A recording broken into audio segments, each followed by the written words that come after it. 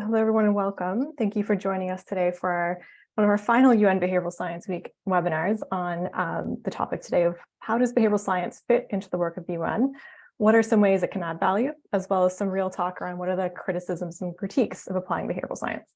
So for those of you who have not come across me in previous webinars this week, my name is Mary McLennan.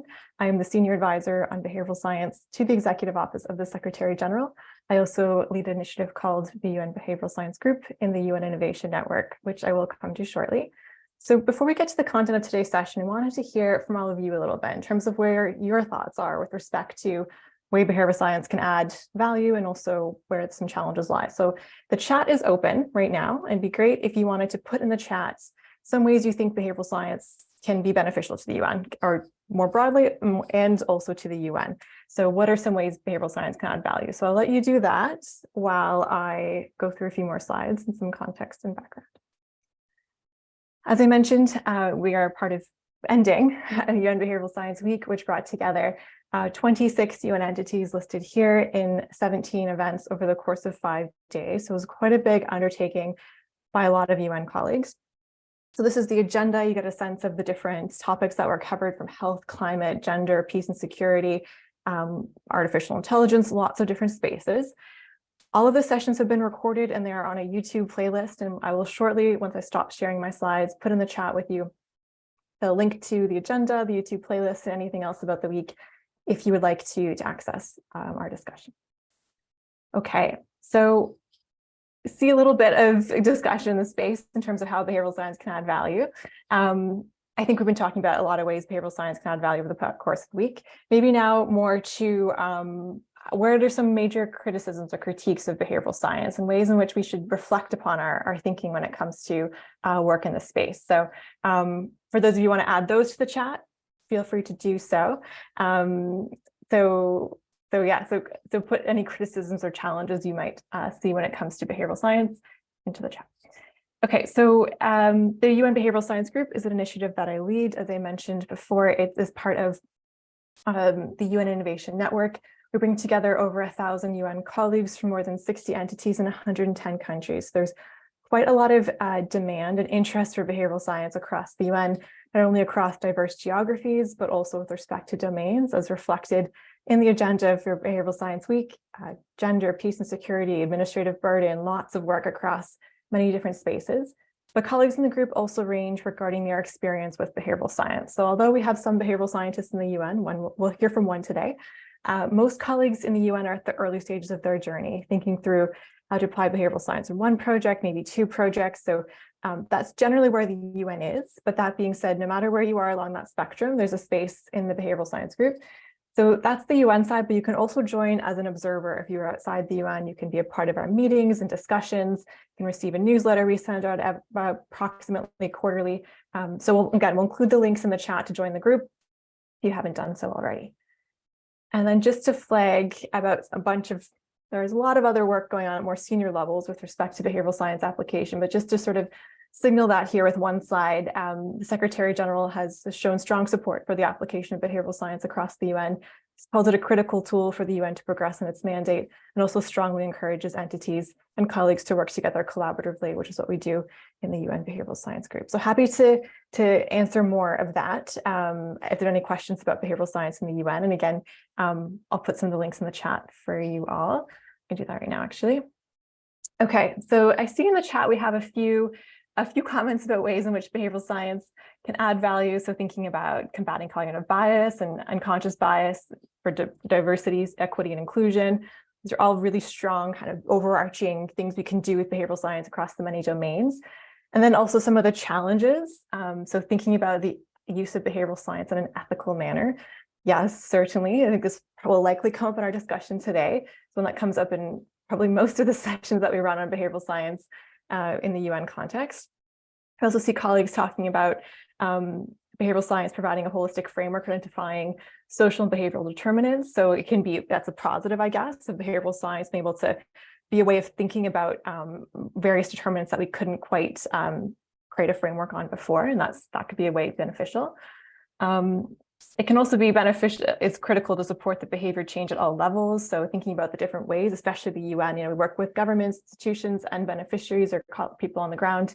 So thinking about how behavioral science can be embedded into these different layers of application, yes, certainly. So there's a lot of different themes that are coming up, and we'll dive into some more through our discussion today. So feel free to use the chat if you have, well, in the next slide, I'll maybe run a bit more through how we hope the webinar will go. So if you have questions you would like to ask our panel or myself or other colleagues, we ask that you please put them in the Q&A box, which is in the bottom of your screen. And even if you don't have a question yourself, please check out the questions because you have the opportunity to upvote the questions of your colleagues. So we'll be taking questions from the Q&A box, but you can also use the chat if you wanted to share more criticisms or ways the UN can apply behavioral science or anything else. The chat is open to do so. Okay. So now on to our panel for today. So very excited and fortunate to have with us a spectrum of colleagues joining. So we'll be joined by Michael Hallsworth, who's the Managing Director of the Behavioral Insights Team North America. For those of you who are engaged in the behavioral science community and have been for a while, probably a familiar face. Second, we'll also hear from Ukasha Ramli, who's a Senior Advisor on Behavioral Science within UNICEF, and he'll speak to the role of applying behavioral science within the UN. And then we'll also hear from Anisha Singh, who's the Vice President at the Busara Center, and she'll share a range of experiences as well. So maybe I'll just share here too that all of these colleagues are not only practical behavioral scientists, but they also have academic background in the space too. So maybe that'll come up as we have our discussion. Okay, so thank you for joining us. So my first question to you all, but maybe we'll start with Anisha, is could you maybe explain a bit more about what you do and how you apply behavioral science in your work to understand your perspective? Thanks. Sure. Hey, everyone. It's lovely. Thank you for having me here, and it's lovely to be here. I'm Anisha Singh. As you said, I'm a Vice President at the Busara Center for Behavioral Economics. I look at applying behavioral science toward gender equality by uncovering decision-making processes, behaviors, and preferences of women, and really accounting for those in how we design programs, policies, products, and so on.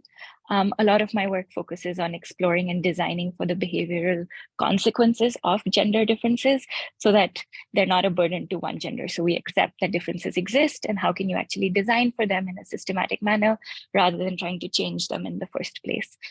So I work across a variety of sectors such as workplaces, financial services, health, reproductive health, and so on. The other thing I do very frequently in my role is I really care about expanding the reach and ways in which behavioral science research is conducted. So I've done this mainly in two ways.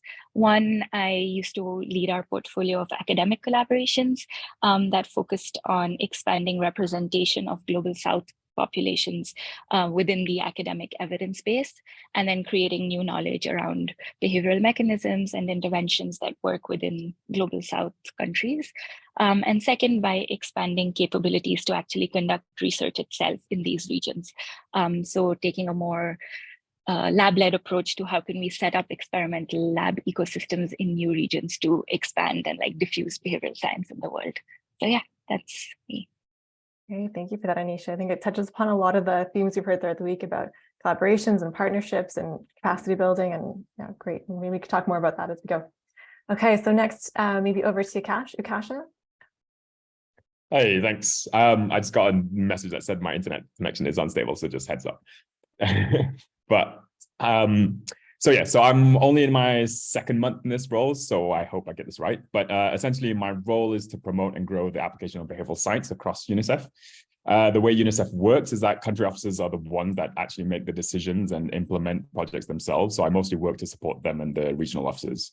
That being said, for individual projects, we typically follow the standard behavioral science process. So at UNICEF, we have the DEPS approach. BIT have tests, and yeah, there's many versions of this which follow a similar sort of process. But more importantly, we focus on the program level. On the program level, our country officers have to develop plans that follow 5-year programming cycles, which follows a similar process of projects. But so looking at data and evidence, defining the problems, and so on, but on a much higher level with a broader view on policy. These programs are agreed and signed with governments as cooperation agreements. So So here, the focus on integrating behavioral science is a little bit different and is more about, to borrow Michael's terminology, using behavioral science as a lens. But we do do behavioral science projects and experiments, of course, but the ultimate goal there is to develop the evidence and understanding to convince local governments to develop and scale these programs themselves, while we support them to the extent that we can, either technically or in different ways. We also have a strong goal of building capacity of local governments or organizations so that they can apply behavioral science themselves. So we've been trying to build behavioral science labs, or bird labs as we call them, across many countries, either through academic institutions, local governments, or civil society organizations. At the end of the day, like, all I have is like some basic knowledge of statistics and some BI frameworks and biases in my back pocket. But like, the real behavioral scientists that we encounter that truly understand behaviors are usually the ones within the given context that we work in. So our government counterparts and local civil society. So ultimately, the way we implement behavioral science is with the goal to make ourselves obsolete.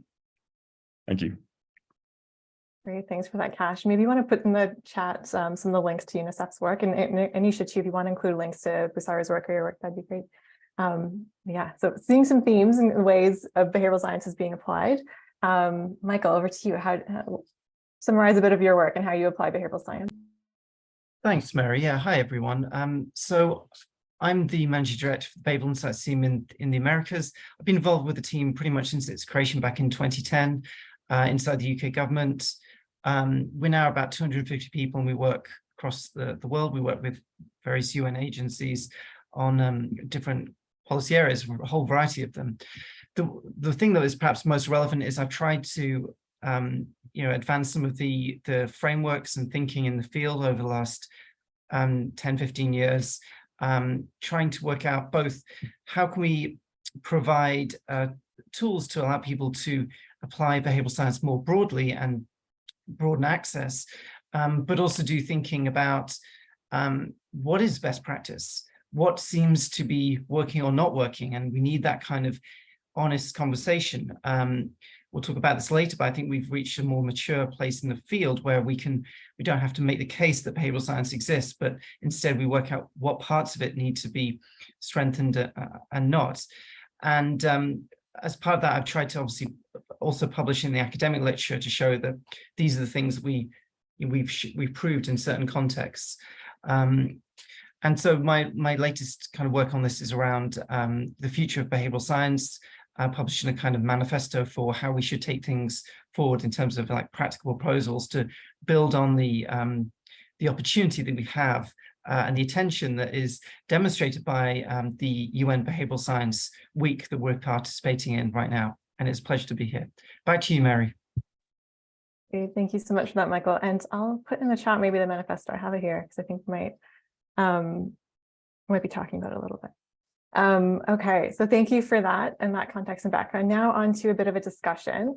So we see a few questions coming in already. Maybe I'll start with one question for the audience as the Q&A comes in, but feel free to upvote the questions that are there if there are ones you want to hear about. So my first question is to our panel. To what extent do you think behavioral science can produce systemic change? So we do a lot of in the UN, lots of pilots, lots of projects, lots of individual nice stories of success, but what does it mean for the bigger picture? So maybe you can start with Michael on this. What are your thoughts on this topic? Yeah, thanks. So a few different responses. One, I think it can. I think that it also does. The interesting thing is that we don't talk about those examples so much because they're harder to talk about. The messy nature of policymaking means it's harder to tell a coherent story about the impact you had with your particular approach, as opposed to a clearer kind of narrative you get through a randomized control trial where we started here, we ended up here, and this was the result. So people are naturally drawn to those kind of narratives, and maybe the broader work is not so apparent, but it does and can happen. We have examples of how we've sort of influenced the design of taxation, of regulation. Those are systemic features that behavioral science has a lot to say about. I think the way you get there, though, is not through greater, more sophisticated tools. It's also about a kind of quasi-political thing about how behavioral scientists present themselves, how personally convincing they are, how they can use the kind of examples to make the case for wider opportunities. And I think there are in the future broader opportunities that we haven't explored so much around behavioral science and systemic change. And I think that the fact that often policymakers are dealing with a complex system where people and actors are interacting all the time, are trying to navigate their environment using simple rules of conduct. That's core to the way people think about complex established systems, and it's core to how people think about behavioral science. And I believe that there is a melding that can happen here where behavioral scientists can identify opportunities to modify the way the system works in a way that produces behavioral change because of how people interact with systems, and they can identify opportunities for targeted change that has broader consequences, ripples throughout the system. That to me is a really exciting opportunity that we can take advantage of if we stop thinking in terms of individual versus systemic. For example, as often is talked about, the two are interrelated. Most policymakers realize that at some level. We need to build on that opportunity and show how behavioral science can help with the way that individuals and systems interact. Great, thank you for that. Very, very compelling, kind of interesting examples, as well as the overarching ideas and how we can start to think about behavioral science application in different ways. Okay, so I see some questions coming in that I'm going to refrain from asking while we go to our next speaker. Cash, what do you think of this topic? What do you think about in individual versus systemic change? And maybe I'll put in the chat this article, which was released not too long ago. It's called the INS Frame article, which has stirred a bit of debate in the behavioral science community, which Michael has shared his thoughts on, I think, to some extent, but I'll put in the chat, Cash. Feel free to comment on this topic. Yeah, please. So that paper led to a lot of discussions, and I know Michael had a great paper that fully responds to it. But it also led to a lot of this conversation happening within UNICEF, and more widely. I think for me, a lot of the criticism about behavioral science being too focused on the individual sometimes, in my experience, stems from the misunderstanding of what behavioral science is today. It's potentially the assumption that behavioral science is mostly just nudges, but as we've seen throughout the whole week, behavioral science is so much more than that. And I'm somewhat guilty of that. Like, my background is in psychology, and it took me a while to kind of rebrand myself as a behavioral scientist. It was only until I came to realize and accept that behavioral science is essentially just an inclusive term to share ideas and approaches from across social sciences. And this means that people interested in tackling issues on the individual, but as well as the systemic levels. But to answer the question more directly, I do think that behavioral science is able to produce systemic change. For one thing, individuals make up the system. And so when changing individual behaviors, you can produce systemic change. By driving individual behavior change, you can increase demand for or increase awareness of a policy. So, for example, getting people to reduce their carbon footprint through nudges can lead to changes in attitudes, either through cognitive dissonance, which can then lead to greater support or demand for more pro-environmental policies. Also, there's been techniques from behavioral science that can be used to influence policymakers. At the end of the day, they're still human beings. And I've done work with regulators where certain simple use of social proof about other regulators from other countries strongly motivate them to then change the way that they work. So I do believe that behavioral science can produce systemic change through policy, but I think it is still important to always think about the system when tackling any of the policy issues we do face. As behavioral scientists, it's often very easy to get excited and caught up in doing studies on the individual changes. And so it is useful to have these discussions to remind ourselves of the broader system that needs to be changed. Because the reality is that individual behaviors are easier to change than entire systems. And so systems takes longer and is more laborious. And so it ends up being less sexy as well to talk about.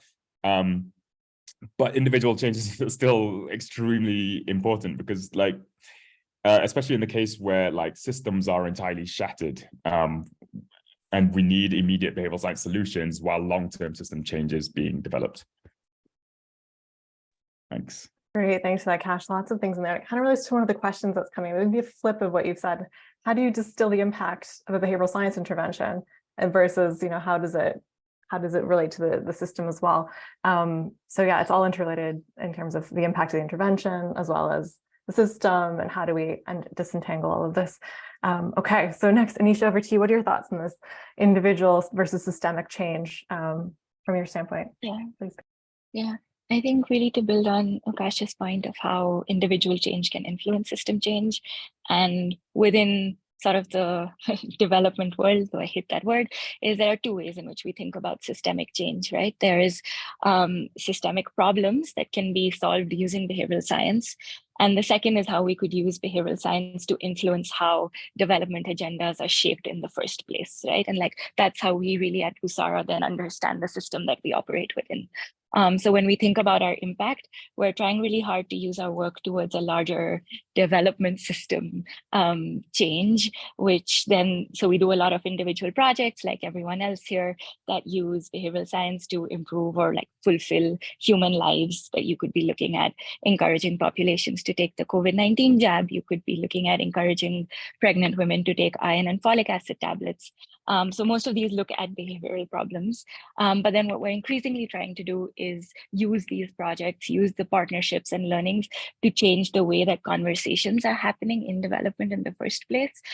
So using our portfolio of work to then shift some of the power imbalances of who sets the agenda, how are we involving communities, how are we leveling with funders in different ways and across funders in different ways. So there's this conversation now around how development is conceptualized, and that's really how that's really also one part of what systemic change can look like for us. Great, thanks for that, Anisha.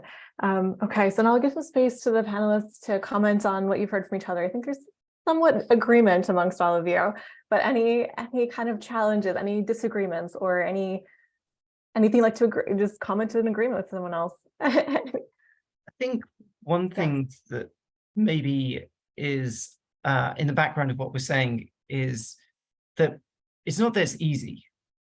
We're not saying oh yeah, behavioral science can influence systemic change and that why aren't we doing it? I mean, systemic change is already a tough brief quite often. And if you consider that we're talking about the place behavioral science can have within that overall challenge, it's already sometimes quite a difficult challenge. So I don't want to make people feel bad on this webinar saying, oh, why haven't we done it? Because or why haven't we done it more? Because it is difficult. It involves persuading a lot of people, involves being there at the right time with the right kind of framing of your offer, and having that kind of credibility to influence policymaking. But that is policymaking in general. I think it's helpful if we flip this around and think, rather from the perspective of how does behavioral science influence policymaking, think of us as sometimes policymakers. There is a broad challenge. If in many instances we are looking for things that might work or evidence that's relevant, how do we then build behavioral science into just the normal sort of practice of developing policy or interventions, rather than being from the outside trying to pitch it in so much? If that may just start by being a thought exercise, but I think it'd be helpful, and I think over time it'll be an easier thing to accomplish. But I'm not saying it'll happen straight away. And someone may make this point that over time that may mean that behavioral science as discipline is less distinctive because it becomes absorbed into more standard ways of thinking, and that's a challenge for us as well, which maybe we want to talk about later. Yeah, thanks for that, Michael. I know you've expanded upon a bit of this in the manifesto and how to embed behavioral science in organizations. One thing from our side, we recently launched a fellowship program where we bring behavioral scientists in the UN to work on projects. And one thing we found is so helpful is a learning by doing, even just having colleagues come along with us to see the process a little bit under the hood, what it's like to do and figure out which behavior you need to change, to do a diagnostic, to actually do potentially some testing, or even to take that lens, and how to find the right partners, as Anisha mentioned. All this stuff is so important. And it's nice to read a framework and document, but it's very different when you start to do it yourself. So yes, lots there about embedding it and making it more of a reality for people. Okay, so I'm just maybe draw from a couple questions from the audience. Yes, Cash, please come in. Maybe I'll just make one question, one point. So a point that's come up in our, so Cash, no, comment on that point if you'd like, please. No, sorry. No, go ahead. Please go ahead. Okay, I mean, like, I think one of the other challenges as well is, and I mean, you just raised this point a little bit, is like, we're slightly cursed by this early success of behavioral science, where like the individual interventions were so attractive that then that's the expectations from governments or organizations. And it's kind of put us in a bit of a box. And so I posed this question to some of my friends and colleagues, and the ones that aren't deeply involved in behavioral science kind of answer, but like, of course you're not going to change systems. That's not, you need to stick in your lane. Like your work is about changing individual behaviors, and if you are working on systems, then what is even behavioral science anymore?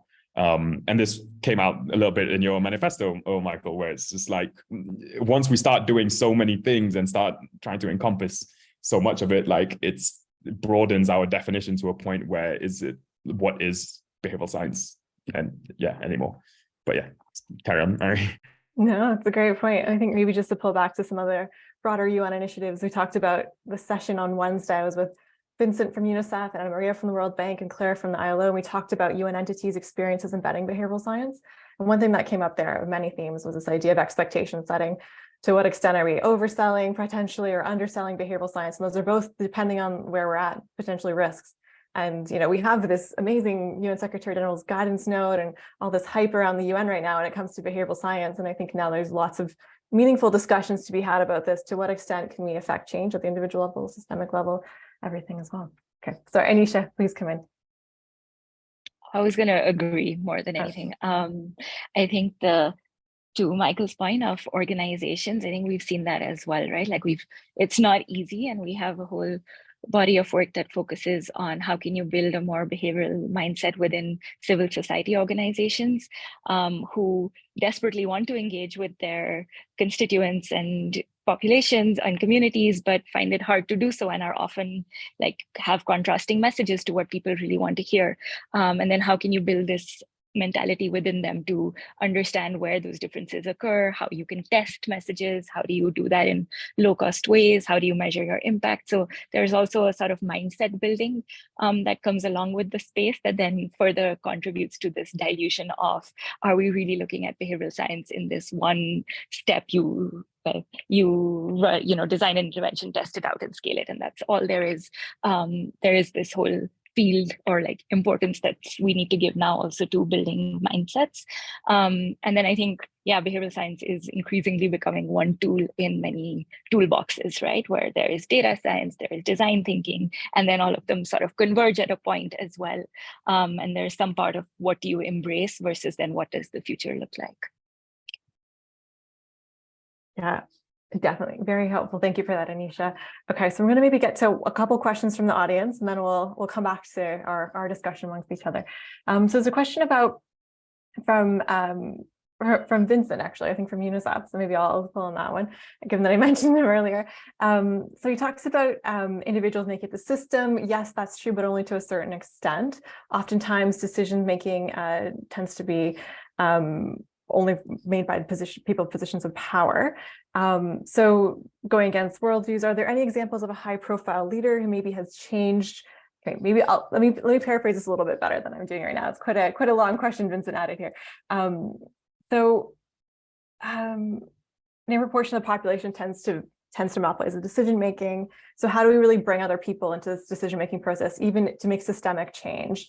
So maybe something around how, even if we know what to do to make systemic change, how do we actually use their evidence to make that change? I think maybe, and maybe contribute that as well.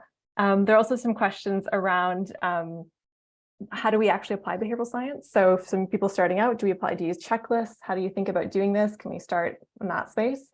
So there's a question for Anisha about, how do we engage with colleagues in the Global South and to bring them into the discussions? Are we not looking for experts hard enough? Where are they in the discussions from Global South in particular? There are also some thoughts on, what is a behavioral scientist? Maybe that comes back to the use of checklists. Is that appropriate? Is it not? What is a behavioral scientist? Maybe it's for colleagues starting out on their journey. How would they begin to engage with people like yourselves? Who should they talk to out? So that's a lot of themes that I've just thrown at you, but Kash, please comment on whatever you might want to. Just responding to Vincent. Just a quick one, because he asked for an example of where the high-powered leader has been flipped, and I just wanted to refer to your session with Cass Sunstein, where he talks about having dinner with the leader of a country and convinces and talks to him about how to then use and apply behavioral science. So yeah, short answer, but yeah, hopefully that addresses it. I hope that, yeah. But also totally valid that it is extremely hard to try and convince when power is so concentrated. But I guess the idea is that if power is so strongly concentrated within a small group, then you have a smaller group of individuals to try and convince and change, potentially with behavioral science. But I think then we're just moving into politics in general there. So yeah. Yeah. I'm not sure if I interpreted Vincent's question correctly. That's my fault. But maybe there's something about, how do we convince? I know BIT has done a ton of work in this space. How do we talk to leaders in countries? How do we talk to individuals and organizations to convince them or to speak to them about the value out of behavioral science? Maybe to other points, I don't know. What would you say about those? I know some colleagues on the call are starting out, it seems like, wanting to think through how can they begin to apply behavioral science in their journey? Any thoughts for them about resources, how to engage with behavioral scientists, and then also how to engage more with the Global South? How can we do this, and to what extent are we doing this well at this point in time? So maybe Anisha, Michael, thoughts on those 2 points? Yeah, please, Anisha, come in. I can speak a bit to the working, or was it experts really in the Global North? Are we not looking hard enough? And it's something we face all the time, right? Like, we know a lot of the research is weird, and that's where it's originated. But then the field itself is also slightly weird, right? Like, if you look at university programs in the Global South, behavioral science isn't really a standalone topic or course yet, right? So if you go to a local university here in Nairobi, you might find elements of behavior when you study marketing, or when you study psychology, or when you do game theory, but it's not carved out as a separate niche yet, right? So then I think the onus is on us as a field to really develop what that expertise then looks like, and bring people in and meet them where they are as well, right? So that requires investment, both in infrastructure, but also in sort of recognizing the relative strengths that everyone brings, right? So I think maybe to the question of what is a behavioral scientist after all, a lot of local experts have a lot of contextual expertise. And that's something that anyone who does one project using behavioral science knows is like probably most valuable, but we don't value it the same way then when it comes to implementation. We value technical skills or like quantitative skills much more. So I think there's just a little for the field to grapple with in how we define what a behavioral scientist then is. And then how do you really work with colleagues who have tremendous contextual expertise, probably on behavior, but probably not defined using those particular words, right? And how do you then build synergies between Global North experts and Global South experts to make the partnership more fruitful? Great. There are a ton of questions here. They're all really good.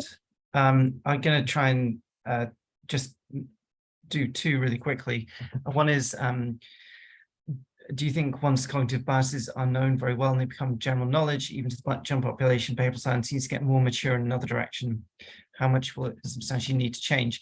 I think there are 2 things here. One is around if say an intervention like social norms becomes much more well-known and apparent, there is a concern, I think, that it stops being as effective because people are continually exposed to, say, similar messages in different domains, and they may start habituating to them. I think that's a real issue.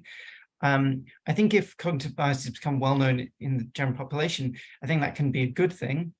And we should encourage people to understand the drivers of the behavior and potentially build think of their own interventions and ways of adapting it in their own lives. Not saying that's a complete solution, but I think it could be a good thing. And I think, yes, behavioral science does need to change, and I think it needs to go beyond thinking just about biases, which are a really good way of communicating concepts quickly and intuitively in an interesting way, but they don't always allow you to actually build up more cohesive and comprehensive ways of changing behavior. And just the other thing I thought was interesting, that we have both a question around, is behavioral science too paternalistic, and a question around, does behavioral science put all the onus on individuals to change? And I think the two people asked those questions, it'd be interesting to talk to you both about what you think behavioral science is, because those are very different interpretations of what we do. Yeah, very, very good, good points there. Okay, so keep your questions coming in the chat. We're going to go back to a question for everyone, but we see, keep looking at them and voting the ones that are there if you don't have one yourself. Okay, so next, another question. This question comes from discussions we've had across the UN from numerous colleagues, and we've touched upon some of this already, but to what extent do you think behavioral science can be applied meaningfully across contexts? So obviously the UN works across many, many countries, types of populations. To what extent can we apply behavioral science in all of the areas that we work, and then more broadly within the field? So maybe Kash, over to you to start and what you think about this topic. Sure. So I think it really depends, but generally I think it definitely can. Context is of course so critical, but at the same time, we do know that there are examples of behavioral science interventions that are pretty universal. So social norms, for example, is a go-to intervention for many behavioral scientists because it often does work really well across both geographical and thematic contexts. Obviously, plenty of exceptions, but yeah. It's also important to recognize the differences across culture, but we should also not forget that at the end of the day, we're all humans, and that we all have a lot more in common than we sometimes remember.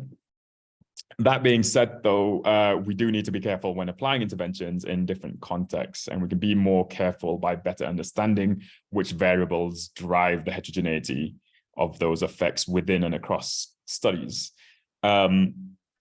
And there are some great methods to do this, such as Bayesian hierarchical modeling, that can help explain these variations so that we have a better understanding of which interventions can be applied in different contexts and which can't, or what needs to be changed to better localize the intervention. And we saw a great example of this with microcredit a few years ago.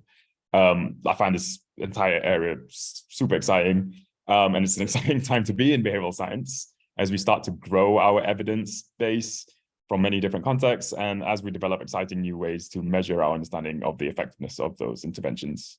But on a slightly different note, there is a lot of emphasis on the importance of scaling interventions, which I totally agree with, but I think this needs to be carefully balanced with the recognition of strong contextual effects. So I was at a behavioral science training session in Ethiopia recently. Shout out to the Bird Lab at Addis Ababa University. And they had a great discussion about what to do when the context is so specific that scaling isn't really relevant.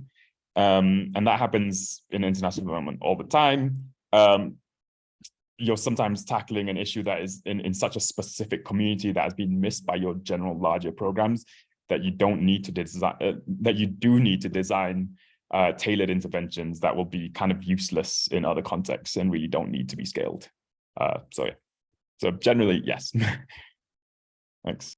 Generally, yes, but with some careful considerations and maybe some interesting analysis to go along with it. Some super fun statistics, yeah. Fun statistics. Maybe not for those starting out with their frameworks, but yeah, at some point. Okay, cool. So next, maybe over to Anisha. What do you think about this topic of working in different countries and contexts, and to what extent can we meaningfully think about behavioral science application? Yeah, and I think what I'm going to say comes from, we work across maybe 35 or 40 countries. So again, yes, with a lot of considerations. And I think one way to think about it is what Ukasha mentioned on what scales, right? And I think a lot of the conversation then centers around intervention scaling, but there's also the way to look at it of like what behavioral mechanisms scale. So I think we would all agree there are probably some universal mechanisms that do exist, right? We are all human, and we do have more similarities than we'd like to admit at the end of the day. And then depending on the context and culture, there are probably different triggers for the particular mechanism, right? So I was having a conversation just before this about norms around motivation for participating in civic activities or like civic participation. And my colleague was saying in the US, a lot of it is more individualistic focus, right? So what works is talking, or how people think about their participation is, it is my right. I have been, I have the right to do so. I am going to do so. Whereas when we do work in Uganda, a lot of it is more community oriented. So even if we're going to use like a loss aversion framing to frame a message that might encourage civic participation, we'll need to use a losing your right version in the US versus the type of framing that might work in Uganda is more to do with loss aversion and combining that with community rights, right? And how do you think about that trigger of a community affecting the mechanism rather than just transporting interventions as they are, and how do you then use your contextual knowledge to do that? So of course, this is a simplistic example, but all to say that we might still use loss aversion as the mechanism, but the trigger point might be different. And for that, we would really need to understand context so deeply that at some point it stops mattering, right? Like you do so much qualitative work and so much exploratory research beforehand that you know exactly what those triggers might be, and then you can test the mechanisms that are at play for various populations and design interventions for those. I think the only other point I would say right now with regards to how we build these universalities in the first place.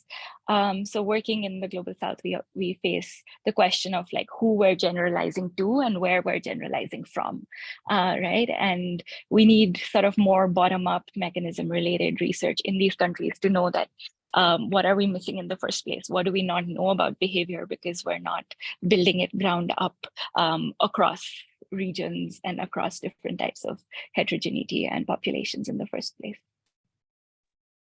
Okay, thank you for that, Anisha. I think there's a lot that kind of goes in this theme that I know the Behavioural Insights team talks about, and it's in the manifesto, this humility of just not knowing the answer. It's a lot, it's underpins so much of behavioral science, whether it's the context, the culture, the demo, or the answer, or the question you're trying to solve. So yeah, a lot in there. And the one thing that comes up constantly in UN webinars, unsurprisingly, is the cultural dimension. It kind of, along with this question, there's always, but cultures are different. So yes, humans are the same, but cultures are different. So it kind of goes, so you've been able to kind of describe that in very, very nice detail there. Thank you. Okay, now Michael, over to you. What do you think about behavioral science? I know you work across the Americas, so global North and global South. So maybe some comments on both sides. Yeah, I mean, I think I just want to point to the fact that there are an increasing number of studies that try to look at concepts and test them in different settings. So Kai Ruggieri at Columbia University, I remember, is one of the authors on these multi-country studies. One's looked at temporal discounting in, I think, 30 countries using similar methods. Another is on prospect theory. Does it work? Does it play out in many different countries? And I think this really is a way forward to get empirical, kind of consistent way of understanding some of these concepts. And I think it's not before time. I think there are many assumptions were made in the field. I think we'll find that there are some principles that are relatively widespread. I don't think we can rule that out, but I think what we should be looking at is multi-site studies using consistent methodologies. I'll caveat that by saying those are really hard. So it's like both of it, they're really important and they're so difficult to fund and coordinate. And I actually think that's one of the biggest challenges the field is going to face. If it's going to get serious about how these concepts play out differently, then it needs to kind of coordinate and fund the research to measure that. Great, thanks for that, Michael. And it relates back maybe to a point that Kash made earlier about scaling, which comes up very frequently in the UN of just how do we scale this? How do we do this? So I guess this understanding of the multi-country, multi-context is so important. I've run a few of those, there are a lot, but the UN's actually very well positioned in some ways to run these sorts of studies in theory. But again, as you mentioned, there's lots of practice to consider in doing that as well.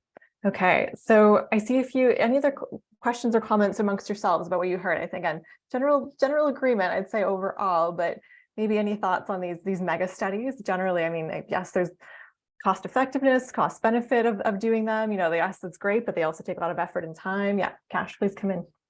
Yeah, just to add, like with a lot of these studies, one of the big issues is also like the method of measurements, right? And we've seen some great examples. Actually, Busara has some great examples of this, where you've tried to implement some sort of study in a different context, and just the actual method of measurement is just completely irrelevant for the local context. And so it doesn't mean that the concept doesn't exist there, but it just means that we need to kind of localize it a little bit better so that we understand that it is actually that mechanism. Thanks. Great, thanks for that, Cash. Anisha, please. Yeah, 100%. We try to look at the decoy effect, and the common example is The Economist, right? Like you have The Economist subscription, whether you want digital or print. If you go to like low-income communities within Nairobi, nobody cares about The Economist. Like I don't subscribe to The Economist in wherever I live in Nairobi as well. So we really do have to, as you said, change the measurement on, I think we did telecom bundles like airtime plus data and minutes plus data, and used something more relevant. And then you can actually measure the difference of like what it does then. Once you make that sort of contextual change, does the bias still show up or not? But what I wanted to say on mega studies, and because I'm a big fan, but one of the sort of challenges we've faced, and for those who are on the call who are interested on this as well, is that there needs to be greater partnerships that come together around these mega studies, right? And I think that's why we see a lot of it happening in the academic world, but less so within organizations and within other players, other non-academic players, let's say. So maybe the UN is a good place to start one, but the tricky part for individual organizations like ourselves trying to do multi-site studies is you never get enough to know whether it's something country specific or there is real heterogeneity within the world, right? So we collect data maybe in Kenya and India, but that's not really sufficient to say this bias isn't generalizable, right? We don't know, maybe the rest of the 98% that we've left out it does hold in that way. So just the reach that we can have with those mega studies is an important point that I think often gets overlooked as well. For sure.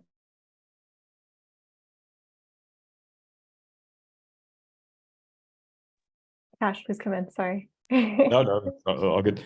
Sorry, just to also add to that, I think one of the challenges within the UN system of doing this is the trade-off between running studies where you learn from versus running an intervention that just works, right? When you have limited sample size and you kind of like, you've identified these different opportunities or barriers and stuff like that, and you don't have the sample size to be able to test all the different components to identify exactly what the mechanism is to extract the learning. So you kind of just throw it all together, because at the end of the day, what you want is just to achieve the goal of resolving the issue. So you kind of have to trade off the cost, the benefit of actually learning from it. So yeah, that's always a challenge with these things. So I guess that's where like partnerships with academia helps. But then again, you're always having to negotiate this, where an academic wants to understand the individual mechanisms, but you can't, because the situation's too challenging or limited. Maybe that comes back, maybe Michael, it'd be good to get your thoughts on this, but this is a theme that often comes up in behavioral science conversations across the UN, of the difference between academic behavioral science and then applied behavioral science. And yes, there are many linkages. Yes, we talk to each other, but oftentimes it's not always clear. We understand what it's like. I think this is a colleague from UNICEF said this, to walk in each other's shoes. So maybe something about how academia is different from practice. Could be teasing that out some more. But Michael, any thoughts on this more generally? Well, one thing I personally think is different is in academia there'll be a greater emphasis on does an intervention sort of prove or test a broadly interesting or significant concept. So you'll try and push things towards, operationalizing a question which is pressing in the academic community. I would say in the applied space, what you really care about is, do you make a difference in the real world to the outcome that you care about in like real people's lives? And so what this points you towards often is combining interventions, not having a clear conceptual distinction between different options in your trial, different arms of your trial, but trying to come up with something which, in your judgment, and it is usually judgment, because we don't have that level of precision, in your judgment is likely to be most effective in this context. And because, again, you're always thinking about the specific context, because that really is what you're trying to deal with right now, and that's what matters. The generalizability of your lessons are secondary, I would say, whereas for academia, it's sometimes the other way around. And that sometimes there are instances where you get both, like where it's perfect, where the distinction between different concepts is also the intervention that works best, and you can both be specific and draw enough out generalizable. And those are the things which often get published. The other thing I would say is that quite often people say, why don't you publish all your work in academic journals? And the answer is quite often because they don't want them. They're not theoretically interesting. This is too specific, too practical. It's not, we know this already. So I don't know what to do about that. You know, that's the answer. We tried, and people say it's not theoretically interesting. I think it's valuable, but that's from the practical side of things. So maybe this is a call on some academic journals to open up a space for some applied behavioral scientists. Yes, Kash, please come in. Sorry, just quickly, I think there is one example, like the graduation program, where they started off with a multi-component sort of intervention, and then subsequent to that, like after it was proven to show that it worked and it benefited people, I think there's been subsequent studies since then to then break down the individual components. So maybe that's one way that we can start approaching these, where we kind of first we try to address the problem, and then subsequent to that we try to understand the solution a little bit better by breaking it down. Yeah, certainly.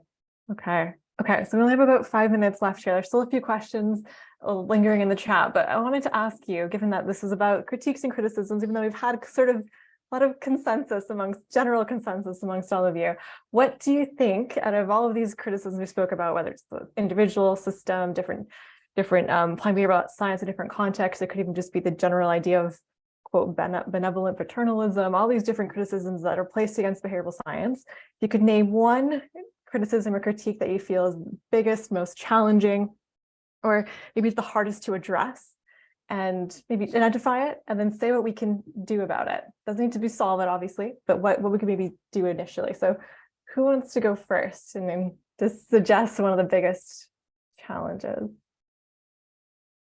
No? Kash, sure. Please come in.